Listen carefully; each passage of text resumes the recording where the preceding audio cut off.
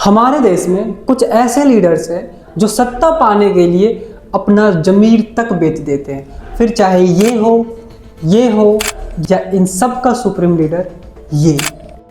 याद रखना, ये वही पार्टी है जो खुद को सनातनी पार्टी कहती है।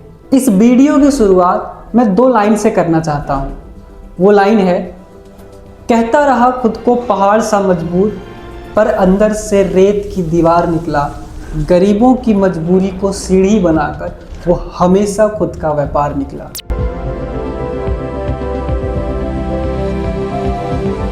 तो चलो देखते हैं इमोशंस के साथ कैसे खेला जाता है। ये फोटो देखो, इनको जानते हो? नहीं जानते? कोई बात नहीं, मैं बताता हूँ। ये है रत्ना देवनाथ, मदर ऑफ आरजी कर।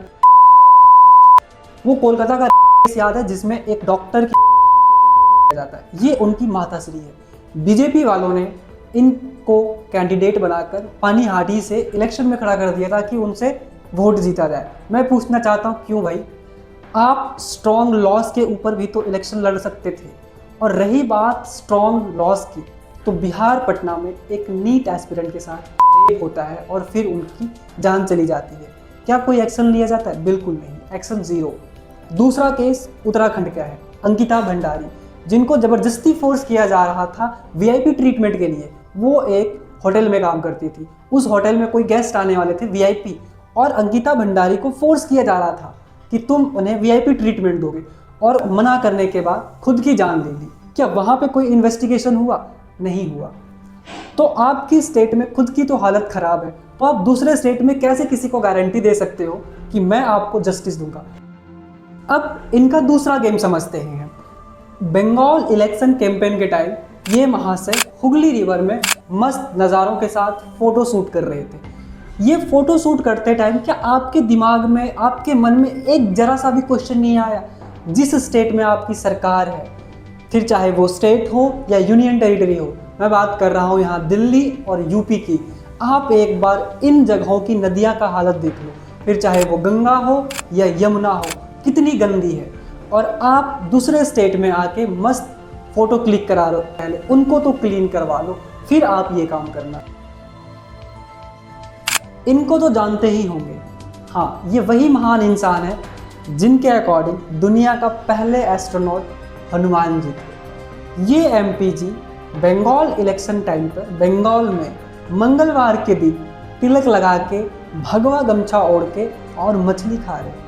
याद रखना, ये वही पार्टी के मेंबर्स हैं जो खुद को सनातनी कहते हैं।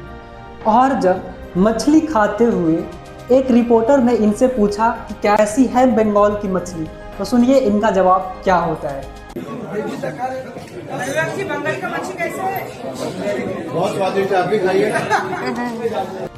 और सच में ये सब देखकर मुझे एक ही चीज याद आता है कि किसी महान इंसान ने क्या खूब कहा था, हिपोक्रेसी की भी सीमा होती है। और इतना सब होने के बाद भी इनको डिफेंड करने के लिए ये महाशय आते हैं। बाजे पाइबू नहीं अखियां के चोट से, तोहर लहंगा उठा दे रिमोट से, तोहर लहंगा उठा दे। इनको तो जानते ही होंगे। अब इनका बयान सुनिए। हम लोग बहुत सारा और मछली बिहार का, यूपी का, अनगिनत राज्यों का, जहां जहां एनडीए की सरकार है, भाजपा की, वहां की भी मछलियां ला रहे हैं। यहां कुएं में डालेंगे, यहां के तालाब में डालेंगे। जितना 4 मई के बाद 4 गुना ज्यादा मछली खाओ, कोई रोक नहीं है। सब 27 अप्रैल को हमारे नॉन बायोलॉजिकल पीएम सिक्किम के गैंगटॉक में फुटबॉल खेल रहे, गोल पे गोल मार रहे हैं। बहुत हेल्थ कॉन्शियस है, विच इज प्रीटी गुड। लेकिन सर, अगर वही फुटबॉल आप थोड़ा सा लेफ्ट में पास करते तो आपको मणिपुर दिखता, जो पिछले 3 सालों से जल रहा है, लेकिन आप कुछ नहीं कर पा रहे। हमारे पीएम साहब को फुटबॉल स्टेडियम से शायद रास्ता नहीं मिल पा रहा जिससे वो मणिपुर जा पाए निकल के, या फिर मणिपुर का स्टेडियम छोटा हो, या हो सकता है वहाँ की बैकग्राउंड सही ना आए फोटो शूट करने पे, क्योंकि 3 साल से जल रहा है ना, तो ऑब्वियस सी बात है कि वहाँ की बैकग्राउंड बहुत अच्छी नहीं आएगी। अब बढ़ते हैं हम लास्ट पीक डिटेलिंग पर। सबसे पहले तो इस फोटो को देखो। अगर इस फोटो को देख के आपको कुछ पता चला तो वो कमेंट बताओ क्या पता चला, और नहीं पता चला तो मैं बताता हूँ। जरा एक बार मोदी जी का चेहरे पे देखो, मेकअप पे गौर करो। अपने चेहरे पे डार्क टैनिंग करके तमिलनाडु गए थे सिर्फ इलेक्शन कैंपेन करने के लिए।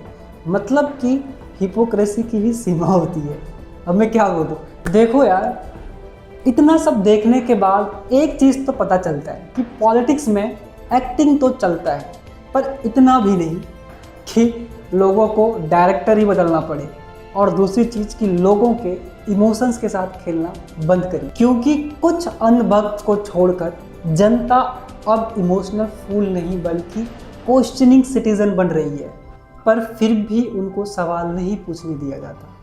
बाकी आप बताओ कब तक चलेगा इनका ये फिजिकल ट्रांसफॉर्मेशन सेलेक्टिव जस्टिस वाली गेम। बाकी वीडियो अच्छी लगी तो शेयर कर दो सारे नॉन बायोलॉजिकल पगलूस के साथ, और सब्सक्राइब कर लो ऐसे ही कंटेंट के लिए, ऐसे ही इंफॉर्मेशन के लिए।